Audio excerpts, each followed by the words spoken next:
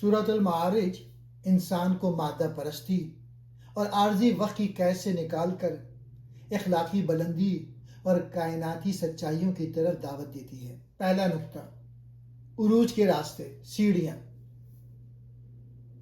سورہ کا آغاز ایک ایسے سوال سے ہوتا ہے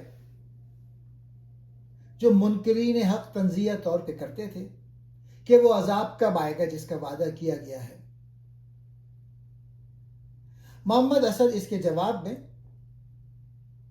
سیڑھیوں والے خدا کی اس طرح کی وضاحت کرتے ہوئے بتاتے ہیں کہ انسان کی روحانی ترقی کے مختلف درجات یا مراحل ہوتے ہیں۔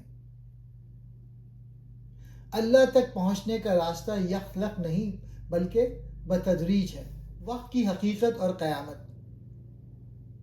آیت 4 میں ذکر ہے کہ فرشتے اور روح اللہ کی طرف ایک ایسے دن میں بلند ہوتے ہیں جس کی مقدار 50,000 سال ہے۔ محمد اسد کے نزدیک یہ عدد 50,000 محض ایک بہت بڑی مدت کی علامت ہے جو یہ ظاہر کرتی ہے کہ کائناتی وقت اور انسانی وقت میں زمین آسمان کا فرق ہے۔ جس عذاب کو انسان قریب سمجھ کر ڈرتا ہے یا بعید سمجھ کر جھٹلاتا ہے وہ اللہ کے نزدیک بالکل مختلف پیمانے پر ہے۔ تیسرا نقطہ، انسانی نفسیات کا نقشہ۔ محمد اسد ان آیات پہ خاص زور دیتے ہیں جہاں انسان کی فطری کمزوریوں کا ذکر ہے۔ بے صبری، انسان جب تکلیف میں ہوتا ہے تو گھبرا جاتا ہے اور مایوس ہونے لگتا ہے۔ بخل، جب اسے خوشی ملتی ہے تو وہ اسے دوسروں سے چھپانے اور سمیٹنے کی کوشش کرتا ہے۔ چوتھا نقطہ، اہل ایمان کی صفات۔ محمد اسد بتاتے ہیں کہ ان انسانی کمزوریوں سے صرف وہی لوگ بچ سکتے ہیں جو ان صفات کے حامل ہوں۔ نماز کی پابندی، جو اپنی زندگی میں نظم و ضبط اور خدا سے تعلق برقرار رکھتے ہیں۔ سماجی ذمہ داری، جو اپنے مال میں سائل یعنی مانگنے والے اور محروم جو مانگ نہیں سکتے کا حق تسلیم کرتے ہیں۔ ایمانداری، جو اپنے وعدوں اور عہد کو پورا کرتے ہیں۔ گواہی پہ قائم رہنا، جو حق بات کہنے سے نہیں کتراتے۔ پانچواں نقطہ، انجام اور پیغام۔ سورہ کے آخر میں ان لوگوں کو متنبع کیا گیا ہے جو حق کو مذاق اڑاتے ہیں۔ محمد اسد کے مطابق قیامت کا دن صرف جسمانی جزا و سزا کا دن نہیں ہے بلکہ یہ انسانی اعمال کے منطقی نتیجے کے ظاہر ہونے کا نام ہے۔ اللہ تعالیٰ انسانوں کو ان کی جگہ نئی اور بہتر مخلوق لانے پر پوری قدرت رکھتا ہے، اس لیے انسان کو اپنے تکبر سے نکل کر اپنی روحانی ترقی پر توجہ دینی چاہیے۔ سورۃ الحاقہ قرآن کریم کی 69 سورت ہے جو مکہ کے ابتدائی دور میں نازل ہوئی۔ علامہ محمد اسد اپنی تفسیر دا میسج آف دا قرآن میں اس سورہ کے مرکزی تصور الحاقہ یعنی وہ حقیقت جو اٹل ہے پر خاص زور دیتے ہیں۔ پہلا نقطہ، الحاقہ، اٹل حقیقت۔ سورہ کا آغاز ایک پرزور لفظ الحاقہ سے ہوتا ہے۔ محمد اسد کے مطابق اس کا مطلب وہ ناقابل تردید حقیقت ہے جو ہر شخص سے بالاتر ہے۔ یہ صرف قیامت کا نام نہیں بلکہ اس وقت کا نام ہے جب انسان کے سامنے کائنات کے حقائق اور اس کے اپنے اعمال کے نتائج پوری طرح واضح ہو جائیں گے۔ دوسرا نقطہ، تاریخ سے سبق، قوموں کا عروج و زوال۔ محمد اسد ان آیات کی وضاحت کرتے ہوئے بتاتے ہیں کہ قوم عاد، سمود اور فرعون کی تباہی محض کہانیاں نہیں ہیں بلکہ یہ قانون فطرت کے نتائج ہیں۔ جب کوئی قوم اخلاقی طور پہ گر جاتی ہے اور سچائی کو جھٹلاتی ہے تو کائناتی طاقتیں جیسے آندھی یا زلزلہ اسے مٹا دیتی ہیں۔ محمد اسد کے نزدیک یہ تباہی اس بات کا ثبوت ہے کہ اللہ کا نظام عدل اس دنیا میں بھی کام کر رہا ہے۔ تیسرا نقطہ، کائناتی تبدیلی اور اعمال نامہ۔ جب وہ اٹل حقیقت آئے گی تو کائنات کی موجودہ ترتیب دھرم بھرم ہو جائے گی۔ محمد اسد ان استعاروں جیسے پہاڑوں کا ریزہ ریزہ ہونا کو اس طرح بیان کرتے ہیں کہ یہ انسان کے مادی حواس کی حد ختم ہونے اور ایک نئی روحانی دنیا کے آغاز کی علامت ہے۔ کامیاب لوگ جن کا نامہ اعمال دائیں ہاتھ میں ہوگا وہ خوشی سے پکاریں گے کہ دیکھو میرا ریکارڈ۔ یہ وہ لوگ ہیں جو جانتے تھے کہ ایک دن انہیں اپنے رب کے سامنے جواب دہ ہونا ہے۔ ناکام لوگ جن کا نامہ اعمال بائیں ہاتھ میں ہوگا وہ تمنا کریں گے کہ کاش انہیں موت ہی آ جاتی اور ان کا قصہ ختم ہو جاتا۔ ان کی ناکامی کی بڑی وجہ یہ تھی کہ وہ نہ تو اللہ پر ایمان لائے اور نہ ہی مسکینوں یعنی محروم طبقے کو کھانا کھلانے کی فکر کی۔ چوتھا نقطہ، وحی کی صداقت اور شاعرانہ کلام سے فرق۔ سورہ کے آخری حصے میں اللہ تعالیٰ اس بات کی تردید کرتے ہیں کہ قرآن کسی شاعر یا کاہن کا کلام ہے۔ محمد اسد اس نقطے پر بہت خوبصورت بحث کرتے ہیں۔ وہ کہتے ہیں کہ شاعر اپنے تخیل کے پیچھے چلتا ہے جبکہ رسول اس حقیقت کو بیان کرتا ہے جو براہ راست اللہ کی طرف سے آتی ہے۔ قرآن ایک تذکرہ یعنی یاد دہانی ہے ان لوگوں کے لیے جو اللہ سے ڈرتے ہیں، اور یہ حق الیقین یعنی یقینی سچائی ہے۔ پانچواں نقطہ، تسبیح اور پیغام۔ سورہ کا اختتام اس حکم پر ہوتا ہے کہ اپنے رب کے نام کی تسبیح کرو۔ محمد اسد کے مطابق اس کا مطلب یہ ہے کہ انسان کو اپنی تمام کوششوں اور فکر کا مرکز اس پاک ہستی کو بنانا چاہیے جو تمام حقائق کا منبع ہے۔ خلاصہ، علامہ محمد اسد کی نظر میں سورہ الحاقہ انسان کو خبردار کرتی ہے کہ زندگی محض کھیل کود نہیں ہے بلکہ ہر عمل کا ایک منطقی اور اٹل نتیجہ نکلتا ہے جسے کوئی طاقت روک نہیں سکتی۔ سورۃ القلم قرآن کریم کی 68 سورہ ہے جو مکے کے بالکل ابتدائی دور میں نازل ہوئی۔ علامہ محمد اسد اپنی تفسیر دی میسج آف دا قرآن میں اس سورہ کے قلمی اور فکری پہلوؤں پر گہری بحث کرتے ہیں۔ پہلا پوائنٹ، قلم اور عقل کی اہمیت۔ سورہ کا آغاز نون، قسم ہے قلم کی اور اس کی جو کچھ وہ لکھتے ہیں سے ہوتا ہے۔ محمد اسد کے نزدیک یہ اس بات کی طرف اشارہ ہے کہ انسانی ترقی کا دار و مدار علم، عقل اور تحریر پر ہے۔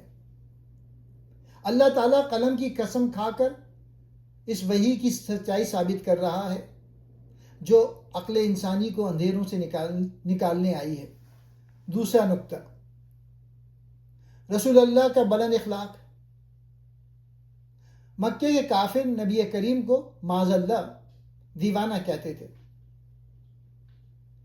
محمد اسد اس کے جواب میں آیت وَإِنَّكَ لَعَلَى الْخُلُقِ الْعَظِيمِ کی وضاحت کرتے ہوئے لکھتے ہیں کہ آپ صلی اللہ علیہ وآلہ وسلم کا کردار اور اخلاق خود اس بات کی دلیل ہے کہ آپ حق پر ہیں۔ ایک دیوانہ شخص اتنی منظم، حکیمانہ اور اخلاقی تعلیمات پیش نہیں کر سکتا۔ تیسرا نقطہ، جھوٹے اور متکبر سرداروں کا کردار۔ سورہ میں ان لوگوں کی مذمت کی گئی ہے جو حق کی مخالفت محض اپنے تکبر اور مال و دولت کے نشے میں کرتے ہیں۔ محمد اسد کے مطابق یہاں ان 9 برائیوں کا ذکر ہے جیسے چغل خوری، بخیلی اور بد زبانی جو کسی بھی معاشرے کو زوال کی طرف لے جاتی ہیں۔ چوتھا پوائنٹ اس سورہ کا، باغ والوں کا قصہ۔ یہ ایک تمثیل ہے۔ محمد اسد اس تمثیل یعنی پیریبل پر خاص توجہ دیتے ہیں جہاں کچھ باغ والوں نے غریبوں کا حق ماننے کی کوشش کی اور ان کا باغ تباہ ہو گیا۔ اسد کے نزدیک یہ قصہ صرف مال و دولت کا نہیں بلکہ انسانی خود پسندی کا انجام ہے۔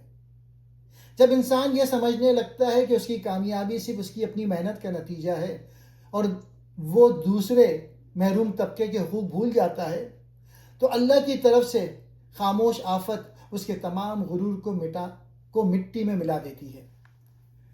پھر اللہ تعالیٰ فرماتے ہیں کہ کیا نیک اور بد لوگ برابر ہو سکتے ہیں؟ ہرگز نہیں۔ قیامت کے دن انصاف ہوگا اور ہر شخص کو اس کے اعمال کے مطابق بدلہ ملے گا۔ آخری پوائنٹ، حضرت یونس علیہ السلام کا حوالہ اور صبر۔ سورہ کے آخر میں نبی کریم کو صبر کی تلقین کی گئی ہے اور مچھلی والے یعنی حضرت یونس علیہ السلام کی مثال دی گئی ہے کہ وہ گھبرا کر اپنی قوم کو نہ چھوڑیں۔ محمد اسد کے مطابق یہ پیغام ہے کہ حق کی راہ میں جلد بازی نہیں بلکہ استقامت ضروری ہے۔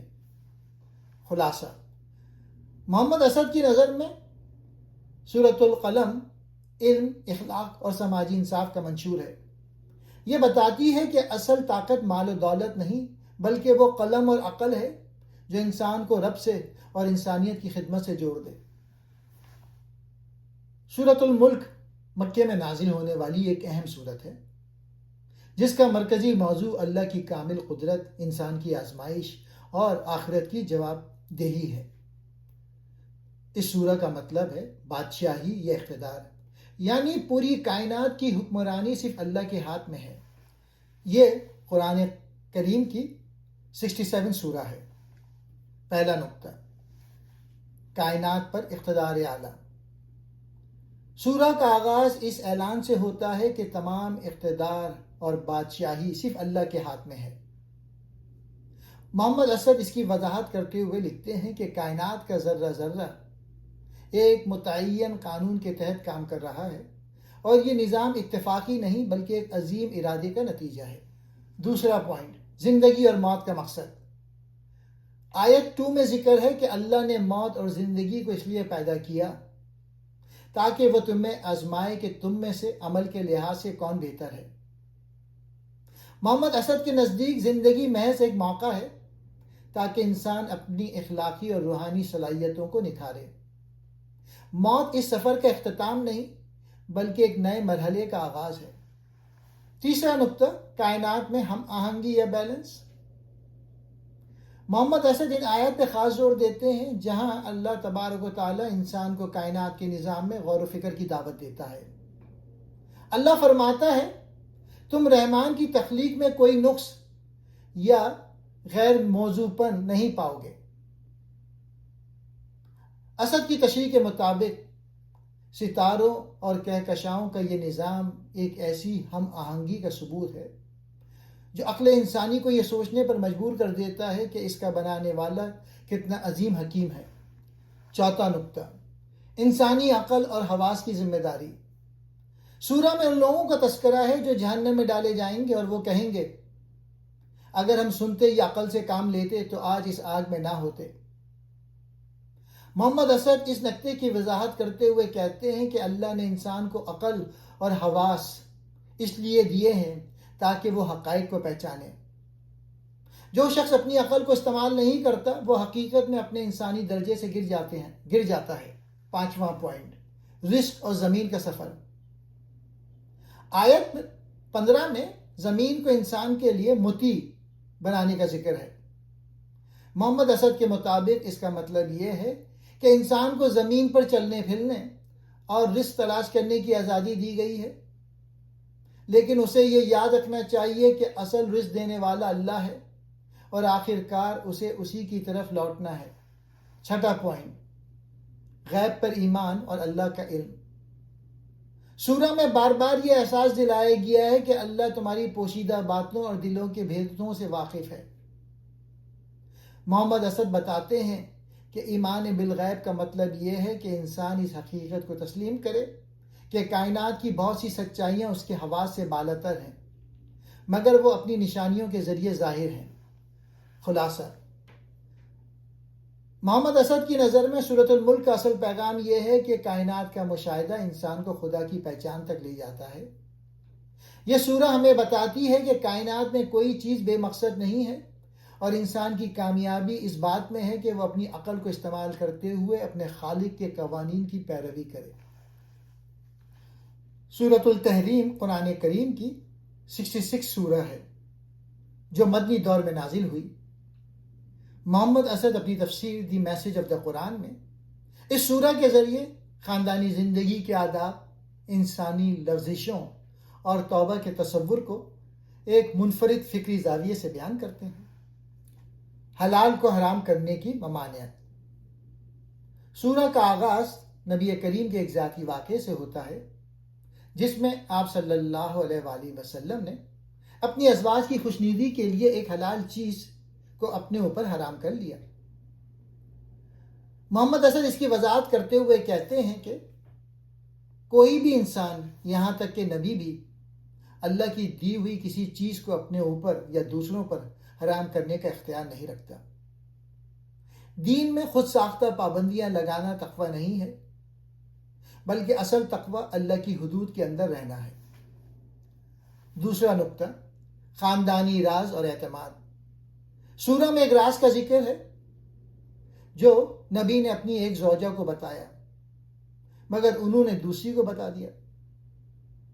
محمد اسد اس پر بحث کرتے ہوئے لکھتے ہیں کہ یہ آیات زوجین یعنی میاں بیوی کے درمیان باہمی اعتماد کی اہمیت کو واضح کرتی ہے۔ ایک مثالی اسلامی گھرانہ وہ ہے جہاں رازوں کی حفاظت کی جائے اور ایک دوسرے کے احساسات کا احترام ہو۔ تیسرا پوائنٹ، اپنی اور گھر والوں کی اصلاح۔ آیت 6 میں حکم ہے، اے ایمان والو، اپنے آپ کو اور اپنے گھر والوں کو اس آگ سے بچاؤ جس کا ایندھن انسان اور پتھر ہے۔ محمد اسد کے نزدیک اس کا مطلب صرف ڈرانا نہیں بلکہ یہ ایک سماجی ذمہ داری ہے۔ انسان صرف اپنی نجات کا ذمہ دار نہیں بلکہ اسے اپنے زیر اثر لوگوں کی اخلاقی تربیت بھی کرنی چاہیے تاکہ وہ معاشرے کے لیے ایندھن یا تباہی کا سبب نہ بنے۔ چوتھا پوائنٹ، خالص توبہ۔ اس سورہ میں توبہ نصوح کا اصطلاحی لفظ استعمال ہوا ہے۔ محمد اسد اس کی تشریح میں لکھتے ہیں کہ یہ ایک ایسی توبہ ہے جو انسان کے ارادے کو بدل دے۔